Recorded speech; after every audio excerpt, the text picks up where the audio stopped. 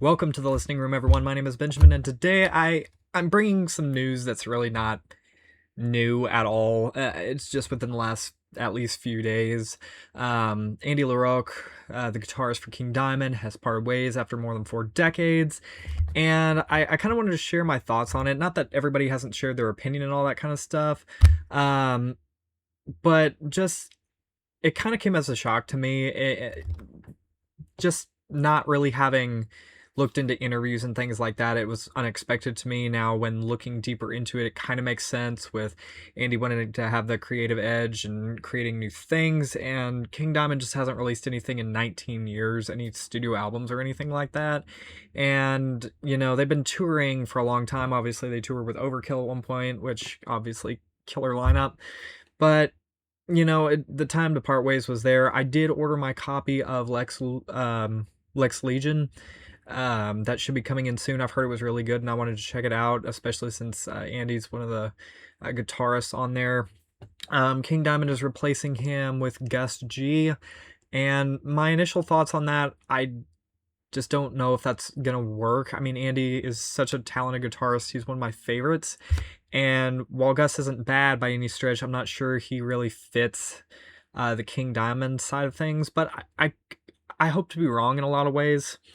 Um, and also just the new studio album that's we've been teased since, like, what, 2018, 8 years ago. It was supposed to be called The Institute, I think. And I just don't know if there's really, I don't know. The singles that were supposed to be on the album that I think were Masquerade of Madness and Spider Lily were fantastic. Masquerade of Madness came out in 2019 and Spider Lily very late 2024, I believe. But just not really anything new about this album. I've looked on this for, years now.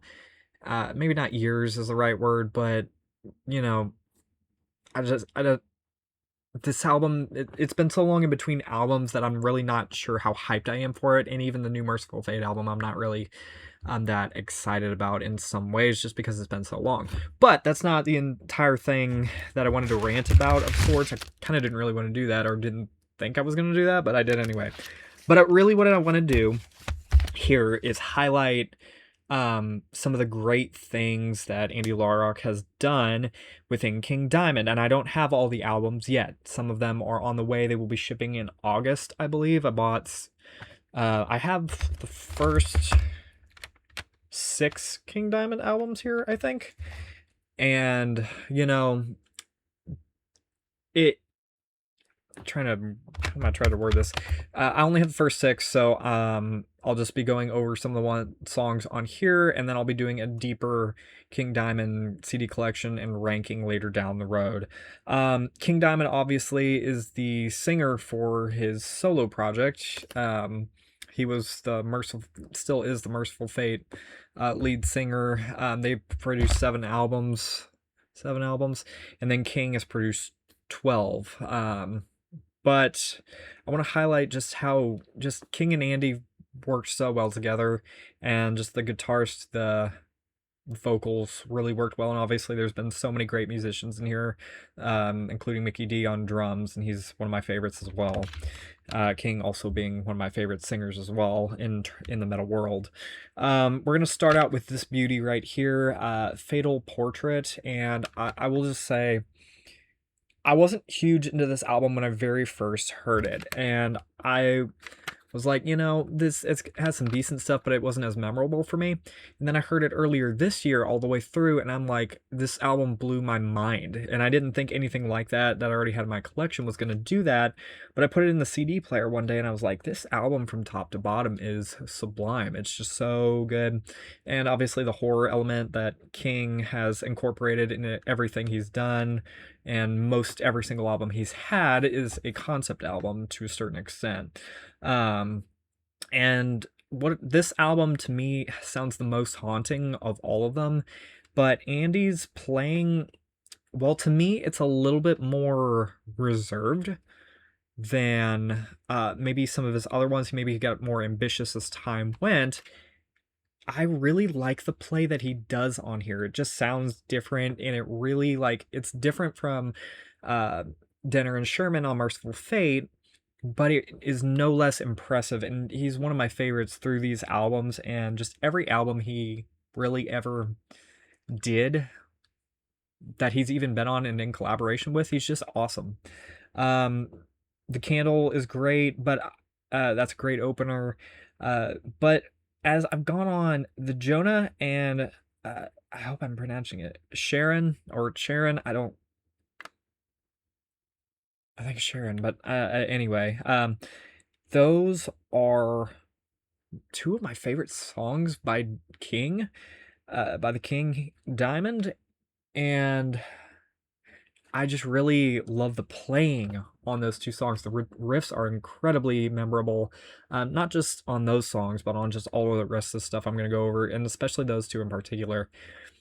Halloween, of course, Voices from the Past, Haunted. There's just great stuff on here. Like every single song is awesome on this, and this was released in 1986, which is a couple years after Merciful Fate. I think they broke up. I don't remember when they broke up. Did they break up in '84, which would have been a couple years prior, but you know, excellent, excellent debut in my opinion. Definitely one of my favorites in the King Diamond catalog.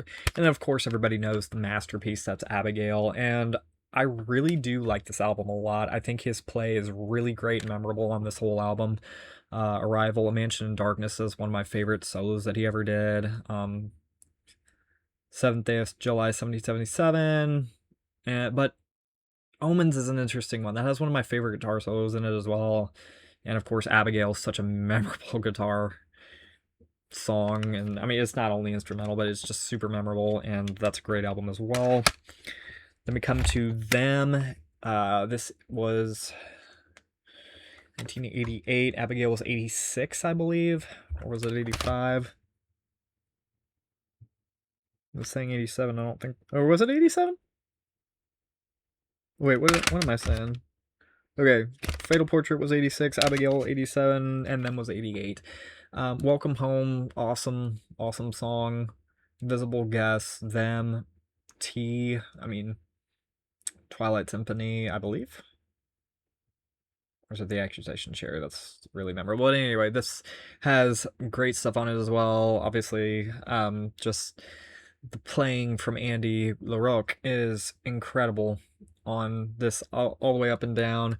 I'm really having a hard time saying which album as a whole. Probably Fatal Portrait actually is my favorite from a playing standpoint, but I'm not sure because especially these first three albums are just so incredible.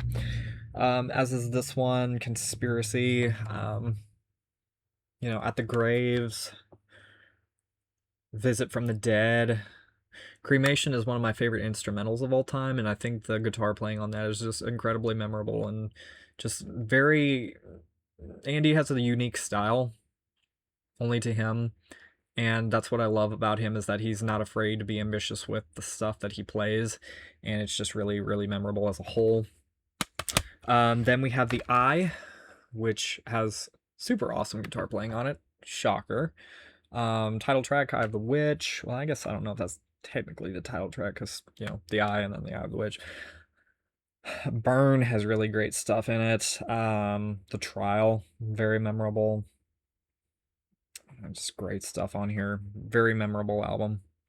And just, King, obviously, his vocal style is awesome and all that kind of stuff. But just what incredible playing from Andy on here. Some of the ones that I don't have right now, but I will get. I really liked the most memorable ones for me. Voodoo was really memorable. Funny enough, The House of God, which, I don't really love the concept of it, but I think Andy's playing makes up for kind of a weird album lyrically, but I think just his playing really elevates that album to another standard.